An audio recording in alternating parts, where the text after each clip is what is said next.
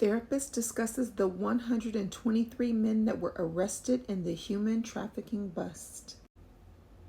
So this story came out of Florida. I saw this story on YouTube for Fox 13.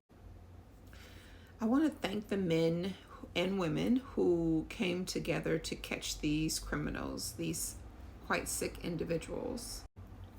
I want to speak about sexual abuse of children as a former child therapist who spent many years trying to help children heal from different types of abuse and even sexual abuse.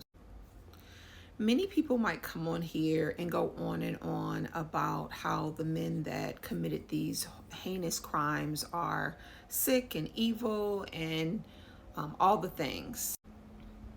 And although I would not disagree with those things, I want to talk a little bit more about prevention.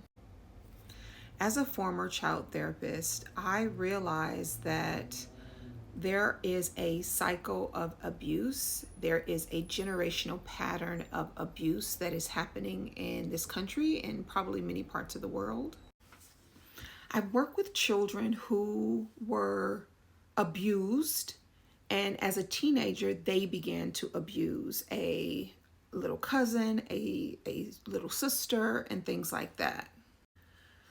So I have an understanding of how this stuff gets passed down and is continued.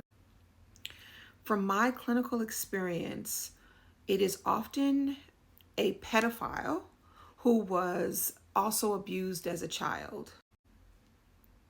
That pedophile likely did not get the help that they need. They did not go to therapy. They did not get the help that they need. They were likely ignored. I am not sharing this to give the pedophile some extra empathy or feel sorry for them. That is not what this is about. What this is about is understanding that somebody out there watching this video knows a child who was sexually abused. And oftentimes that child is seemingly fine. And so everybody just moves on. And sometimes that child is even still around the person that abused them. Too often, children are forced to pretend like things did not happen, and they then can become an abuser themselves. No, I'm not saying that everybody that has been abused will go on and abuse when they get older. What I am saying is let's not roll the dice. Let's make sure that any child that has been abused goes to therapy, goes to trauma therapy so that they can heal, and it is less likely that they will abuse in the future. It'll also be less likely for them to have major depression or anxiety or bipolar or other mental health issues. Remember, evil doesn't just happen sometimes.